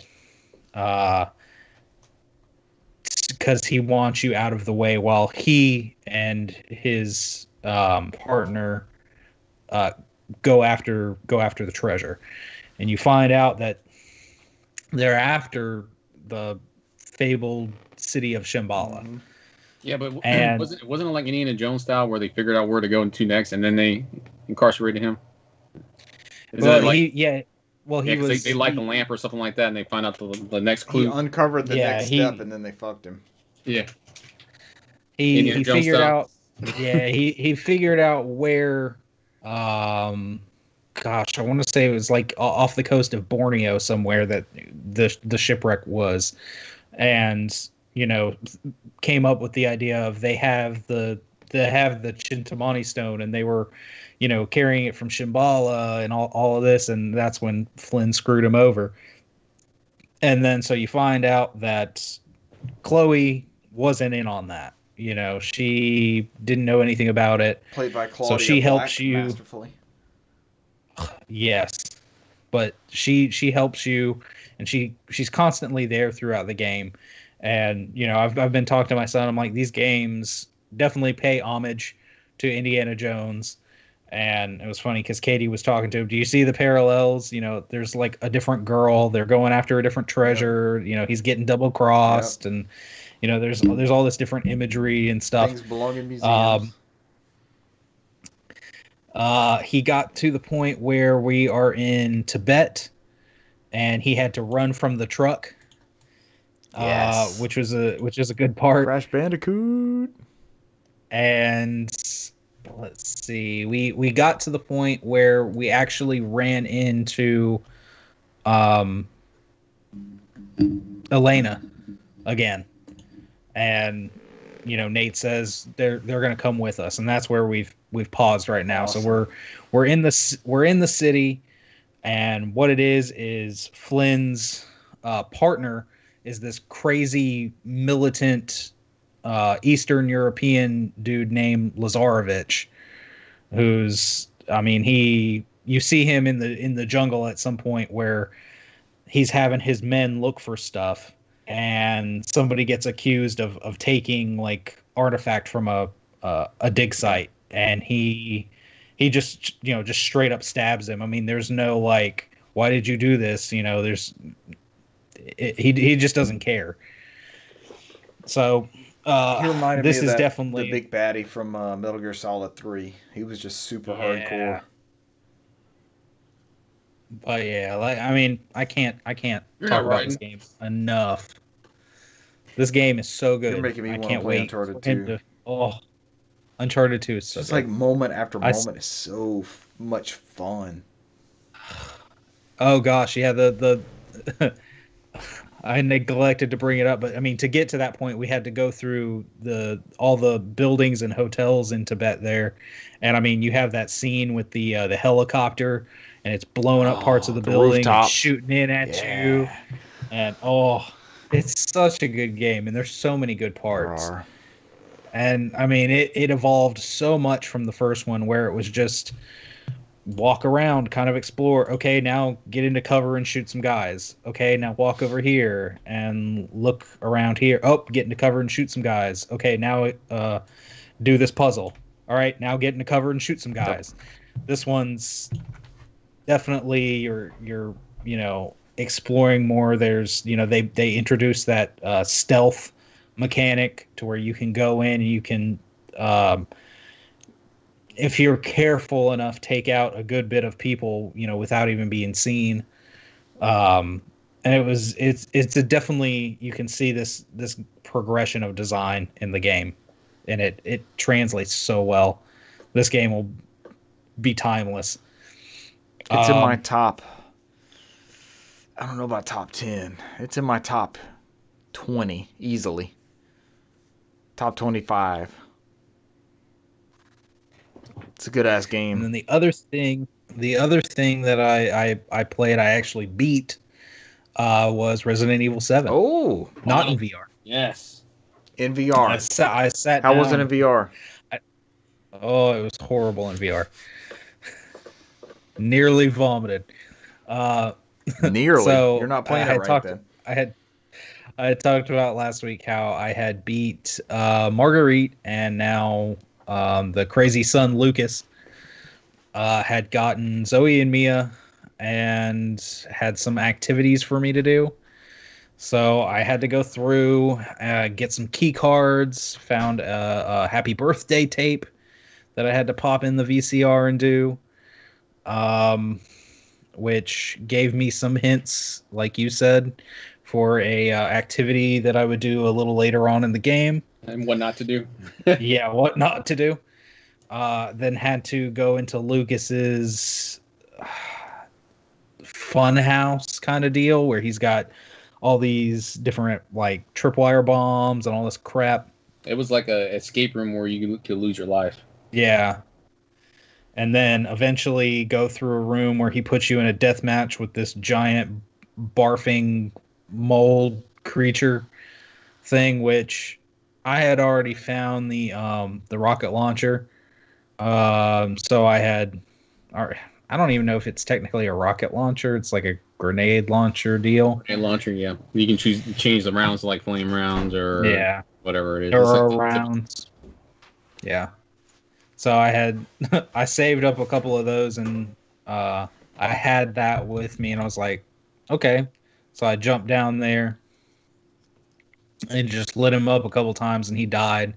So, and then I had to like go through that to go, and I wound up in the room that I had seen in the videotape that I had done earlier, which let me do that puzzle super easy. And of course, Lucas is mad that you didn't die. But he just kind of disappears. But not after he drops a bomb on you. Yeah.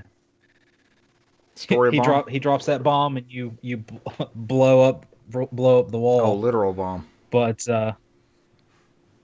yeah, he just kind of disappears. And then you get to see and free Zoe and Mia, and Zoe makes the serum to cure them both.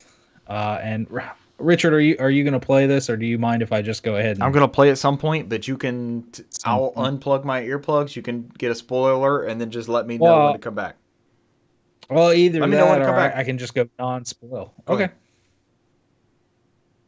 Okay. So, Jack busts through the wall again as this giant mutant freak monster with all these eyeballs on him.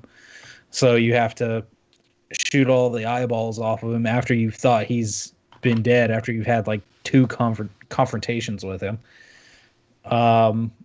You shoot him up, shoot all the eyeballs as per usual off a lot of these monsters. Old school Resident Evil. Old school Resident Evil. and then you think he's dead, and then he grabs you one more time, and Zoe quickly tells you, "Hey, shoot him up with the serum." So you shoot him up with the serum, and he gets all weird and calcified, and is finally done. And that gets until you play the DLC, because you have to fight him again. He's not dead. awesome. Yeah, they never die. Sons of bitches. You fight the father again in hate DLC. This family. Yeah, I hate this family. The only one that never shows up again is the mother. But the father and then Lucas shows up time and time and time and time. So I got to the what was it? I get out, and then you have to make the big choice. I went ahead and went with Mia because I figured that was semi the right choice. Plus, I mean, you don't really know Zoe, and like I said before, I hate this family. She's part of it too. Well, I told you, like, the ending with Zoe, you still is dumb because you still lose Zoe. Yeah. So, like, the end of Zoe is the true canon ending. That's the DLC. So, if you want to find out what happens to Zoe, you got to play the DLC. Play the Death and that's of based Zoe off. That's based DLC. off the ending where you save Mia. So yeah. So, you wind up.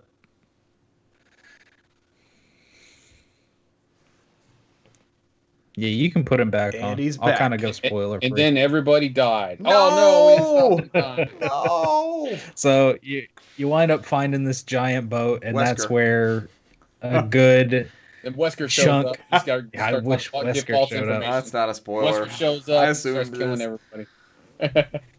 So that's where a good chunk of the rest of this game takes place is in this boat, and it gives you a good bit of backstory. The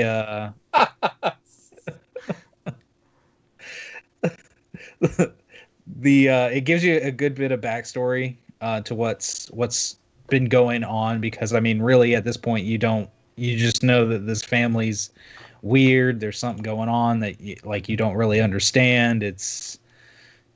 I mean, you assume it's kind of your standard Resident Evil bioweapon stuff, but you don't. You have Ethan, your character Ethan, and you as the player don't really know anything about this whole situation. So being able to play through this part of the ship, you get a lot of backstory, a lot of the lore, a lot of you meet Evelyn, which you had mentioned last week, and I said I actually hadn't met her yet, but now, yeah, I know exactly who Evelyn is, or Evie, as she's affectionately called, which she's creepy as hell. And then after you come out of the boat, you go into the next area is a mine, which leads back into the house, which you've thought you were done with this to begin with, and you go. The whole purpose is obviously to get out of here and stop Evelyn, because I mean, obviously you pick up through the game that everything's changed with the child, and she's they usually call her that girl or the child or something like that, so you know that she's kind of the focal point of everything going on, so you got to stop her by the end of the game.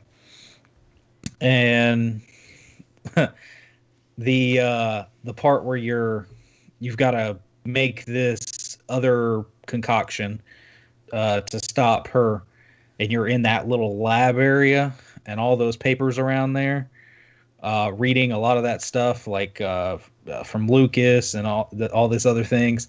There's some good stuff. There's some good stuff, and definitely one of those things I read that Lucas was talking about. It's one of those like, oh shit moments. Finkel is Einhorn. Einhorn is Finkel. Mm-hmm. And so you get through the end. You start hearing and seeing like helicopters overhead. There's like a radio, and you hear some chatter over the radio, talking about the mines and talking about the house and Guerrilla radio. it's Turn that definitely shit up. it's definitely a company or you know some kind of group here to do something. They're either trying to rescue you or trying to clean up the mess or whatever. So you wind up fighting through the mines. Of course, there's a bunch of these mold monsters waiting around every corner for you, and then you get up to the house again and run through, and then you have your final boss fight, which is it's absolutely crazy. And then eventually the game ends with a little bit of a twist. But it's I'm glad I played it, and I'm really excited for Resident Evil Village, considering this takes place, I know, a little bit after. I did even start to play the Not a Hero DLC, which Very different. it's very different from the rest of the What's game. different about it? How does it change it up? It gives you like time stamps, and it's more arcadey. It's more like a Resident Evil 5-ish. Probably. Yeah. You play as one of the military dudes. You get kind of more powerful weapons. You're going back down into the mines. He's got, because he's a little bit stouter. He's built for combat, and he's got all this different equipment. He's a little bit rough. Yeah, he's a little bit rougher, and he's tougher too. He's got this ability.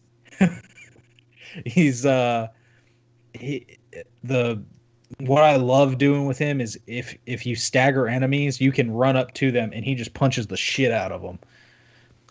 So it's nice to be able to kind of conserve your ammo that way by staggering one enemy, and you can punch one and have like a bowling pin effect, and knock them down. And the main antagonist is Lucas, because they're he's the only one so far that they've identified as still somewhere in the general area. And so they're hunting him down, I guess, to figure out his part in this. And Lucas is actually, even before all of this stuff, he was pretty smart. He built all these different things, electronics and whatnot, and now he builds bombs and weird escape rooms. I don't know if he's smart or just sadistic. He's very. There's a fine sadistic. line, right, Cesar? Yeah, I mean sometimes. Well, I mean he's a little bit of column A, a little bit of column B. Sometimes they're one and the same. We all? Yeah. So he winds up because there's actually been several of your comrades and stuff that have gone into the mine as well, and they're kind of radio silent right now. And your driving force is you go into a room and you see a couple guys down. And you're about to die, Richard, blink twice if you're about to die. You all right?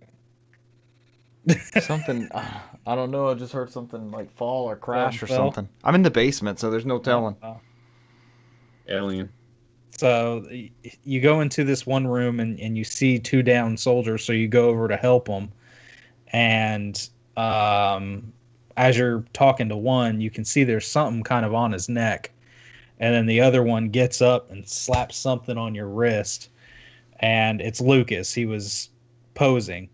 And so the thing on the one guy's neck was like an explosive collar. He blows him up.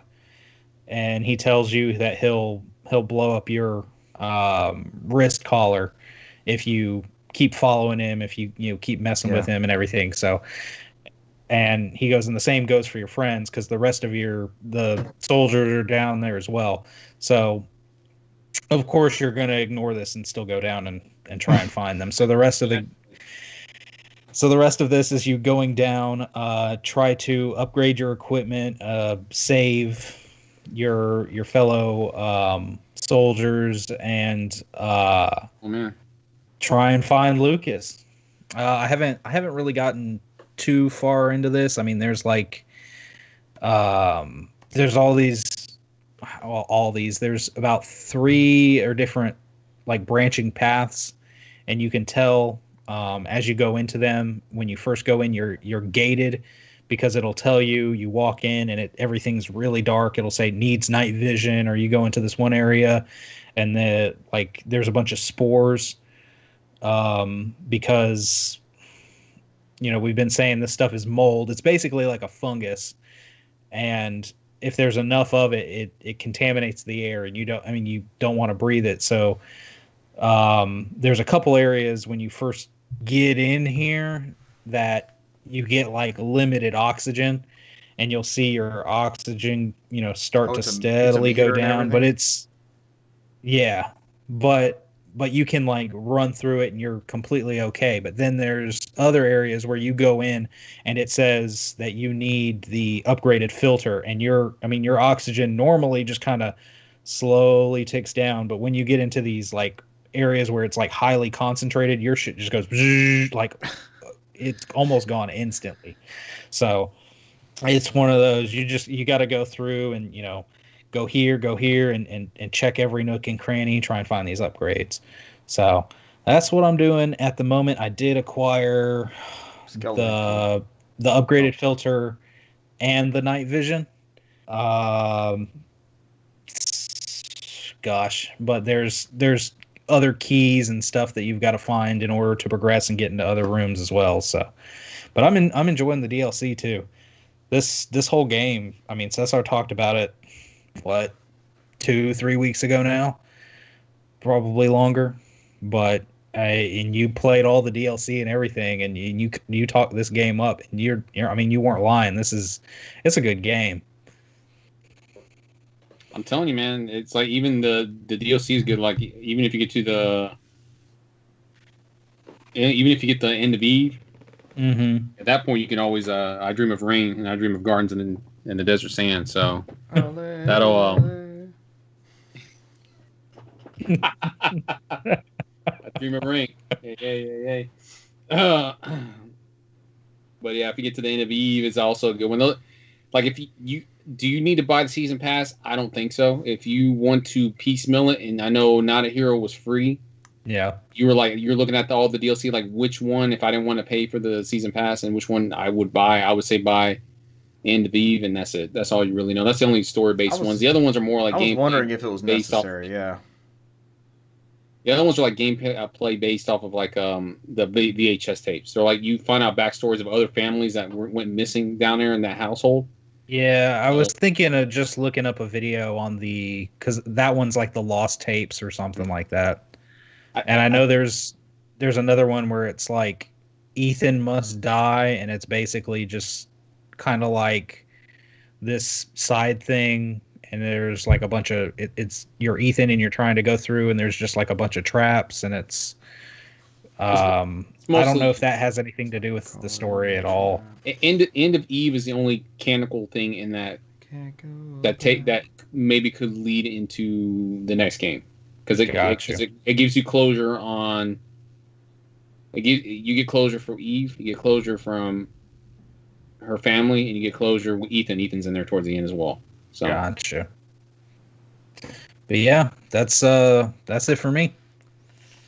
Sorry, Brant, it's not. We still have 15 minutes to go to get our hour and 48 minutes. We can always do karaoke. And caught in the trap. That's what I'm singing. I can't go back. It's either that or Desert Rose. Ale. Cesar punk ass has me humming Desert Rose the whole afternoon because our Xbox headsets are in Phoenix, Arizona. We can always do Upon the Fields of Barley, You'll Forget the Sun and His Jealous Sky. We can always sing that one too. As we walk in the Fields of Gold. You called that section of PUBG Fields of Gold. You remember that? As I walked through fields of gold. So every time I went through the freaking fields of gold, that always popped in my head. Hey, we had some good finishes in the fields of gold. You could hide in the fields of gold. I don't know how we get to a Sting reference and everything in our everyday lives, but Stinger Police. At least we didn't get Brand New Day. I don't know how we can reference Brand New Day on anything. Some of that stuff is just not lyrics in that song, man. It's like you just have to accept he does like the 12-hour sex drive or whatever it is that he does, and you're like, okay, this isn't supposed to make sense to me because this he's on some otherworldly abilities. Brant, that's all your games played? Resident Evil 7? We did it, man. We didn't do it. I'm gonna make it happen. Brant, tell us about the Crash Bandicoot 4 It's About Time PS5 update. Oh, I did play that. There we go. Yeah. Cesar, tell us about it. I only played like the first 2 levels, and slowly. Tell us more slowly how it played out. Video was very pixelated. Did it look good? Hopefully the load times are better on it. Load times were good. The FMV stuff looks like it's upscaled. That was upscaled again, so it looks pixelated when you're watching the movies in there. Yeah. It's like it's even more noticeable. On PS5? But outside of, I watched Digital Foundry do like a PS5 versus Switch one, which I mean we know what it's going to look like, but they really ragged the Switch on the fragmentation not fragmentation. What is it for FMV stuff? Or you can really see blocks and things like that. Maybe it is pixelation. It's artifacts. That's it. The visual artifacts, the noise. It's for me, and I think it's because I compare it to other games I played on PS5. It's way noticeable on this. This is probably the first PS5 game I played where it's like, all right, this video's not crisp. It's not bad. It's noticeable. It's not like I don't know. You just have to play it. I mean, do we all own a copy of it? Do you own a copy of it, Richard, yet? I sent Brant a deal. I think it was $20 at one point, and he was like, maybe wait on it. So I held off. Like I haven't cleared the reboot trilogy. So I mean, at some point, at this point, you wait and it'll probably be in that PlayStation Plus collection. Yeah, I have enough Crash Bandicoot backlog to where I don't need this one. So isn't it on sale again? PlayStation's having a sale it's on the PS5 collection. Yeah, $30 or $34. Yeah. Oh, you're talking about? No, we're talking about Crash 4, new one. Yeah, and I think you can get it for like what 23 or 22 at GameFly or something like that with a 10% off coupons, like almost $20. But yeah, I mean, outside of that, I mean, it doesn't really make good use of the haptic feedback. I don't really feel any feedback on there from haptic feedback at all so far. It does do the activity cards where it kind of helps guide you to go through and complete the task and the level, depending on the activities you're playing. It does load faster. You can definitely tell the higher frame rate. But, I mean, outside of that, I mean, I don't know. I'll be more interested in what Brant feels about it because he actually played through it and beat it again. And, it is what it is for Brant. Game of the year. I guess he would be the true factor if he went into the upgrade and, like, was it enough for him to go through it again? Like these feel different enough for me to play it. I don't with the load times and the activity cards and everything. Mm-hmm. I think it would benefit more you, Richard, since you skipped the PS4 version. Now you can just jump straight to the PS5 one. You can just like play the best version of this game. I don't know, for me who got pretty far on the PS4 version I don't know if I'm motivated enough to get to where I was at on the PS5 one. Is there a way to load your save from the previous one? Mm-mm. They didn't give me that option. I just know it was a pain in the ass because, like, just to let you know before, I don't know if you put the disc in yet on yours, Brant. It's like when you put the PS4 disc in there, the first thing that happened was it started installing the PS4 version of the game, and I was like, okay. And so I was like, I clicked around into the where you can choose which version you want, like PS4, PS5, normally on those the Path to Victory ones. Yeah. And this one it didn't give me an option to choose PS5, so I had to and it doesn't. When you prompt it in there, I don't know, maybe they'll fix it. When you prompt the disc in there, it doesn't automatically take you to the PlayStation Store to do the upgrade. So I had to go to the PlayStation Store and then find the upgrade in the PlayStation Store and then purchase it that way. And it's like before you can purchase. Borderlands didn't make me do that. I talked about it on this podcast. Borderlands was pretty straightforward. And it's like before you can purchase this free upgrade, you have to have the PS4 disc in there. So I had to purchase the free upgrade. Then it downloads the PS5 version. And then I had to go back and delete the PS4 version so that way I didn't have that bullshit on my hard drive. and it was like a because it didn't take it off automatically. So because it was still installing from the disc, and I was like, oh, this is a nightmare. I'm not gonna lie. The Path to PS5 victory. upgrades are a dumb delivery. That's what they need Yeah. to market it as. It's not as straightforward. Yeah. But then the Xbox shit has been back and forth too, with like Tony Hawk and stuff. So it's like we don't know. You literally have to read a fact about every single game you want to upgrade, whether or not you're going to get the right thing or not. I mean, we had a path to victory. What in the first? I mean, what was like Assassin's Creed, Black Flag, and all that, and Battlefield. Yeah, $10. 3. 4. Battlefield 4. Yeah, 4. Yeah, and then not the Battlefield 3. The only thing I remember from that game was when it was playing "I'm All Out of Love" and they're in the van dying. It's like, I don't want to die to this song. And I'm like, I don't want to die in this song with you either. What's he talking about, Brent? Catch me up. What's he talking about? Played Battlefield 4? Have you played Battlefield 3, Brent? Yeah. You know what I'm talking about when you at the very first level when you all in that van and you plunge in the river and it's playing that cheesy 80s song like "I'm All Out of Love." Yeah. Or Sing it whatever for us. Air Supply or Remind whatever me. it is.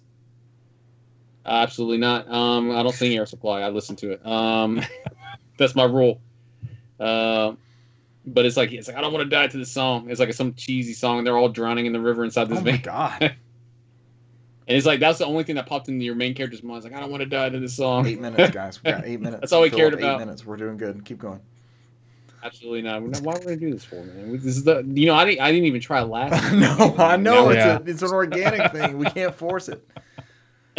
All right, so is everybody good? Are we done here? Yeah, I I mean, think because there's so. not a fucking thing we're going to talk about outside of like it's just going to be dead air city. Jedi Fallen Order, there's a rumor that there's a exclusive like PS5 Series X SKU.